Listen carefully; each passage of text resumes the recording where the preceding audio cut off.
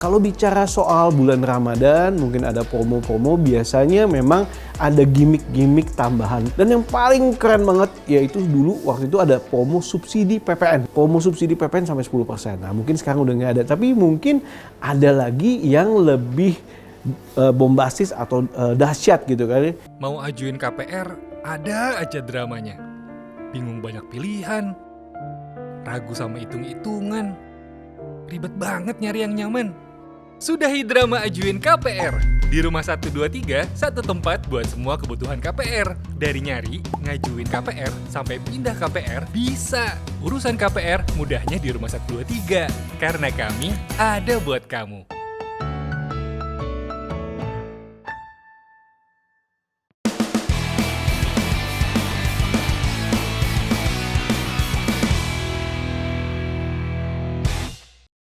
Hai property people, ketemu lagi sama gue Ruby Herman di program Kata Ruby. Di program Kata Ruby ini gue bakal menjawab pertanyaan dan keresahan dari property people yang terkait properti. Jangan khawatir, gue bakal jawabin pertanyaan kalian satu-satu pakai bahasa yang gampang dimengerti kok. Oh iya, gue Ruby Herman mau ngucapin selamat menjalankan ibadah puasa Ramadan bagi property people yang menjalankan. Semoga puasanya lancar dan membuat diri kita semakin lebih baik ke depannya. Buat yang belum punya rumah, supaya cepat punya rumah ya, amin ya. Jangan lupa belinya lewat Rumah 123 aja. Dan sebelum kita lanjut, subscribe dulu nih channel YouTube-nya Rumah 123 buat dapetin informasi seputar properti dan konten menarik lainnya. Oke, jadi kita akan bacain pertanyaan pertama. Mas Ruby, bener gak sih kalau beli rumah harus nunggu bulan Ramadan dulu karena bakalan banyak promo dari developer? Oke, gue akan jawab ini. Jadi sebenarnya kalau lu mau beli rumah, sebenarnya yang paling bener adalah saat lu siap, ya, saat lu mempersiapkan baik dana darurat, kemudian juga baik apakah lu udah punya belum asuransi atau BPJS, kemudian juga selain dana darurat persiapan juga nih untuk DP ya atau dana-dana lainnya yang harus penting banget dalam membeli properti. Nah, kalau bicara soal bulan Ramadan, mungkin ada promo-promo, biasanya memang ada gimmick-gimmick tambahan. Tapi di bulan-bulan sebelumnya juga biasanya ada promo-promo menarik. Dan yang paling keren banget yaitu dulu waktu itu ada promo subsidi PPN. Ingat nggak dulu waktu tahun 2021? Promo subsidi PPN sampai 10%. Nah, mungkin sekarang udah nggak ada. Tapi mungkin ada lagi yang lebih bombastis atau dahsyat gitu kan. Nah, dan nggak harus di bulan Ramadan. Yang paling penting saat lu ready. Kalau lu ready, lu udah persiapin semuanya. Nah, tinggal pilih nih properti mana yang cocok sama budget lu dan juga sama aktivitas lu. Supaya nggak menjadi beban di belakang harinya. Nah, yang pasti di bulan Ramadan ini memang banyak sekali nih promo-promo. Lu bisa cek langsung di rumah123.com karena wow, banyak banget nih developer yang memberikan promo. Tapi yang paling penting ingat ya, check and recheck nih. Ingat, dana darurat yang single harus ada minimal 6 bulan lah ya. Kemudian kalau udah double ya 9 sampai 12 bulan ya dan lain-lain sebagainya. Dan cek juga banyak juga developer yang memberikan promo-promo seperti free BPHTB ya, DP disubsidi, kemudian free AJB, free biaya KPR. Nah, lu bisa cek, tanyain detailnya ya, free-nya apa aja nih ya. Kalau memang nggak free berarti lu harus siapin, kayak misalnya oh nggak free nih biaya BPHTB. Nah, BPHTB lu harus siapin kurang lebih tuh bisa 5% ya dari harga jual propertinya. Nah, itu kan yang lu harus siapin. Nah, kalau misalnya udah include semua, nah itu lebih baik karena banyak sekali promo-promo yang menarik sudah mengincludekan bahkan memberikan subsidi down payment ya. Mungkin ada yang promonya hanya 5 juta langsung akad ya, hanya 10 juta langsung akad ya. Tapi habis akad dilihat lagi tuh apa aja. Kalau nggak pas lu akad, lu harus bayar biaya-biaya yang belum tercantum dalam promo tersebut. Oke, sekali lagi promo detail, lihat aja promo-promo yang ada di rumah123.com. Semoga bermanfaat dan selamat menjalankan ibadah puasa. Oke, nah buat property people yang pengen nyari apartemen, rumah, tanah, atau lainnya, kalian bisa cek nih di websitenya rumah123.com. Di situ kamu bisa temukan semua jenis properti plus, nih yang paling penting, simulasi KPR-nya. Coba cek sekarang juga di rumah123.com/cari KPR.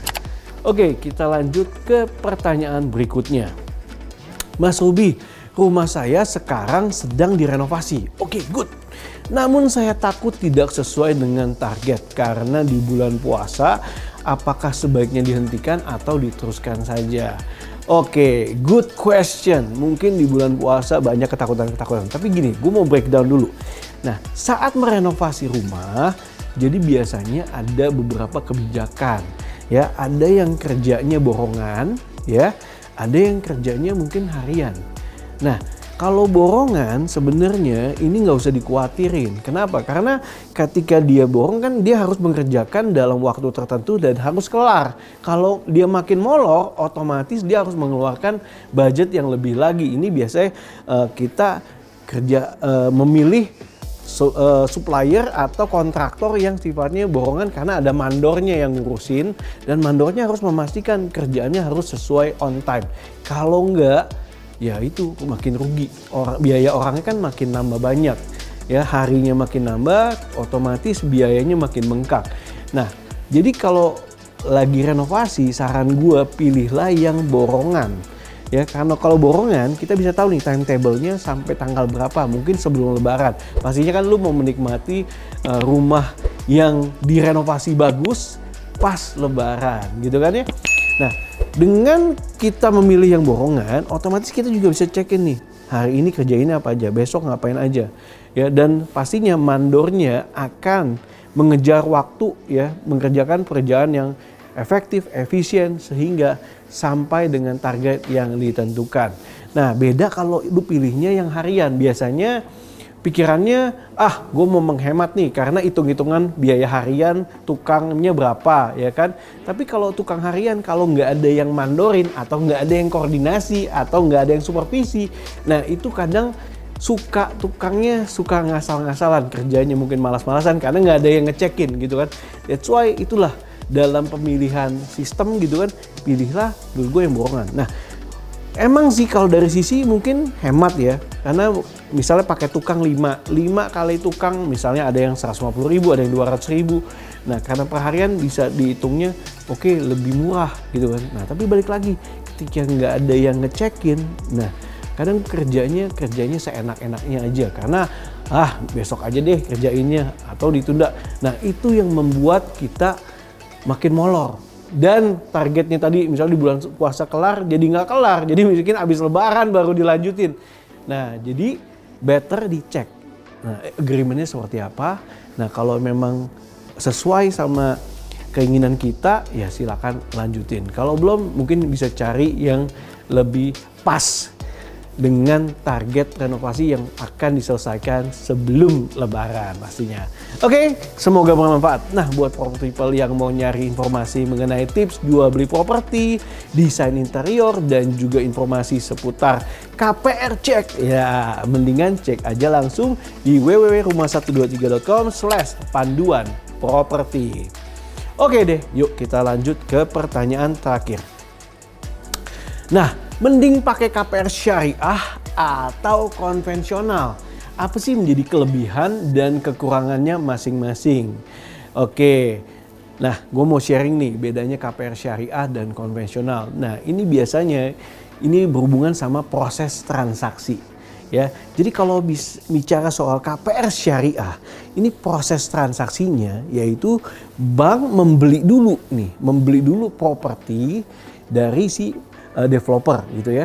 Jadi bank ini membeli dulu properti dari developer senilai A gitu, senilai X gitu ya.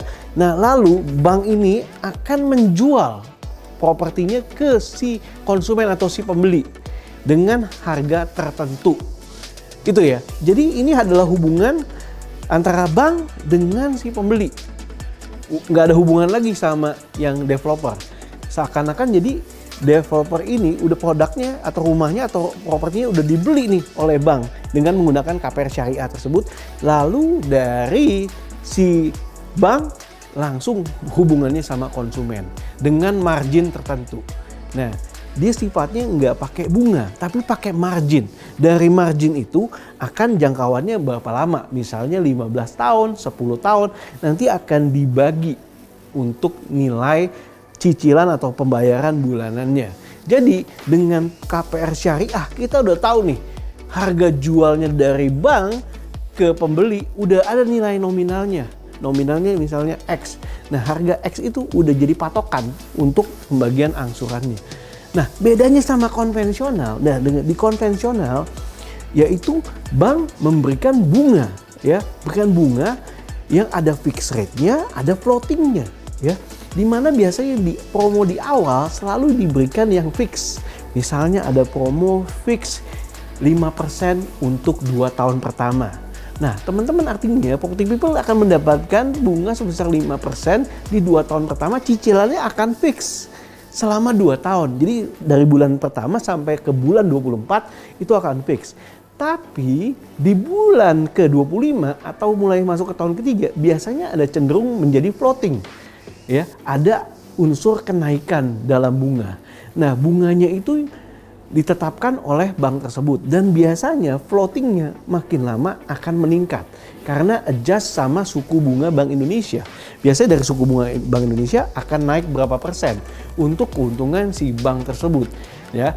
Nah, itu yang menjadi perbedaannya, ya, kelebihan dan kekurangannya. Kalau bicara soal kelebihan dari tadi untuk KPR syariah, kita udah tahu nih nominalnya berapa yang harus kita cicil dan kita udah tahu nih aimingnya segitu gitu kan ya. Tapi kalau misalnya bicara soal konvensional, kelebihannya apa? Di awal punya bunga yang lebih rendah, kita punya cicilan lebih rendah biasanya gitu karena dia punya promo fixed rate gitu. Ada fixed rate ya sebesar misalnya ada yang 5%, kadang ada juga yang sampai 4%, bahkan ada yang special promo sampai 2% doang. Nah, itu keuntungan di awal. Nah, ini yang nggak bisa mungkin didapatkan mungkin di KPR syariah, ya. Karena tadi nominalnya udah tahu nih, marginnya udah tahu, ya. Karena bank membeli dari developer, lalu bank menjual ke si konsumen. Nah, jualnya ada harga tertentu yang udah ditetapkan dan itu punya cicilan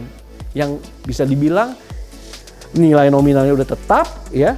Bahkan ini udah ketahuan, pokoknya harus bayar sekian sampai tahun kesekian gitu. Nah kalau konvensional ini tadi kekurangannya ya saat kita menghadapi bunga yang floating, nah artinya cicilan kita makin tinggi. Dan soalnya maka itu kita harus mempersiapkan dana darurat, kemudian juga biaya-biaya akan timbul. Nah ini biasanya dimulai di atas tahun kelima gitu ya. Tapi nggak usah khawatir teman-teman.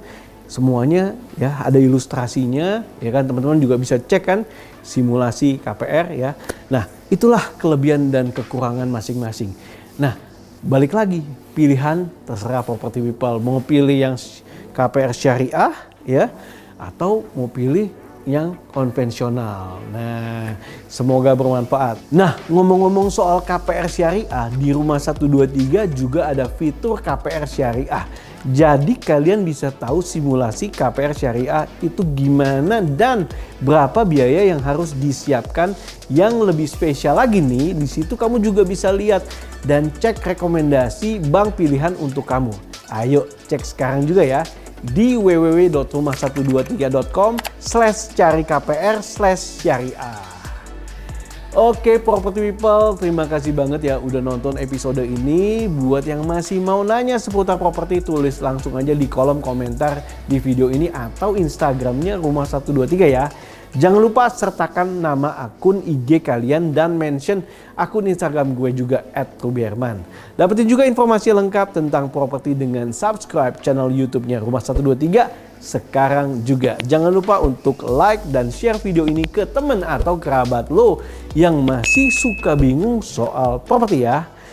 Oke guys, jadi mulai dari nyari sampai dapetin KPR yang cocok sesuai sama kebutuhan, Rumah 123 selalu ada buat kamu. Gue Ruby Herman, sampai jumpa di next episode program Kata Ruby. Kalau di satu tempat ada semua yang dicari, Ngapain mesti kemana-mana lagi?